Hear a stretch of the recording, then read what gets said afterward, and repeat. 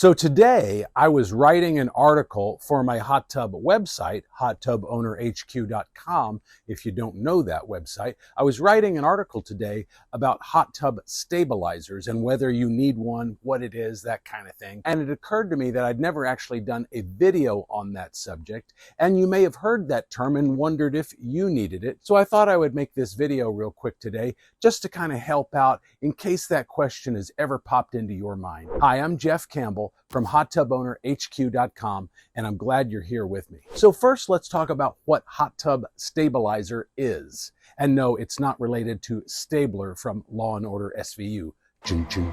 Hot tub stabilizer is basically a chemical that you add to your hot tub's water. It does generally need to be diluted, meaning you don't add it directly. You would pour it into a bucket, mix it with water, and then pour the finished product into your hot tub. But what it does essentially is it binds with the chlorine in your hot tub's water if you're using chlorine sanitizer, and we're going to cover other sanitizers a little bit later in the video, but it binds with the chlorine in your chlorine sanitizer and basically protects it from the sun's UV rays, which I'm feeling right now here in Central Texas at the start of August. I'm feeling those rays right now, believe me. But it protects the chlorine from breaking down. As you know, if you've watched any of my other videos, I talk a lot about sanitizers and how chlorine breaks down both in sunlight as well as in heat. And that's why I use bromine for my sanitizer, and I often talk about bromine and recommend bromine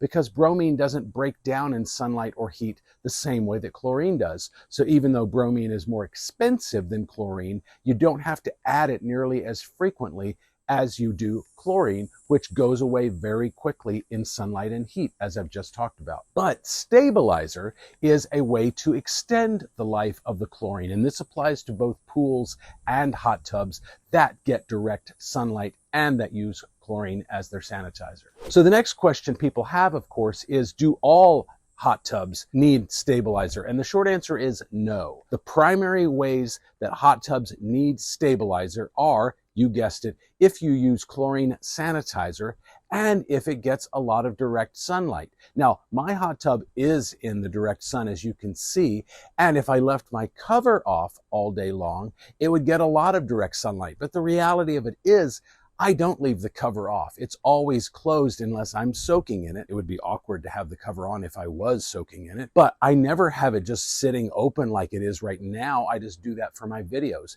Chances are, if you have a hot tub with a cover, you leave it covered as well, in which case you may not find it necessary, even with chlorine sanitizer, to use a hot tub stabilizer. So really, the hot tubs that need it the most are the built-in in-ground hot tubs that generally don't have a cover, that get a lot of direct sunlight, and that use chlorine as the sanitizer. So if you use bromine sanitizer like I do, you don't need stabilizer. If you have an indoor hot tub, maybe it's on a screened-in back patio or something like that, doesn't get a lot of direct sunlight, even with chlorine sanitizer, you probably don't need a stabilizer. And if you use any other form of sanitizer, because there are some alternatives to both chlorine and bromine, you probably don't need a stabilizer either. People also want to know, why does chlorine break down in both heat and sunlight? And the short answer is it's a chemical reaction with the sun's ultraviolet rays, UV rays. And it's the same kind of chemical reaction that causes us to tan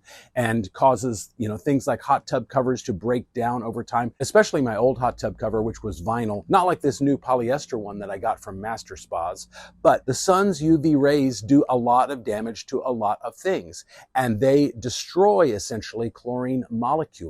And then hot tub stabilizer comes in basically and stabilizes it so that it doesn't degrade nearly as quickly. You don't have to re-add chlorine sanitizer to your pool or hot tub nearly as often, and it maintains its effectiveness at destroying bacteria and keeping your water clean. Real quick, if you like this video and you want to see more videos like it, please hit that like button for me. It sends a great signal to YouTube.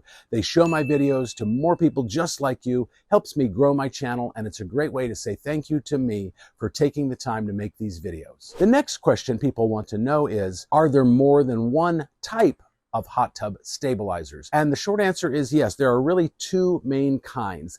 The primary kind that you are going to see most often is cyanuric acid stabilizer. Often that's abbreviated as CYA. And believe me, I do like to CYA anytime I can. But the other kind of stabilizer that you might see is sodium dichlorosanidine. I can't pronounce it. I'm not a linguist, sorry. But let's just call it sodium dichlor for short. And that may be even what you see on the label. And you do often see pool shock labeled as sodium dichlor as well. Maybe sometimes hot tub shock, but it's very common with pools for sure. Sodium dichlor is the other kind of stabilizer that you might see.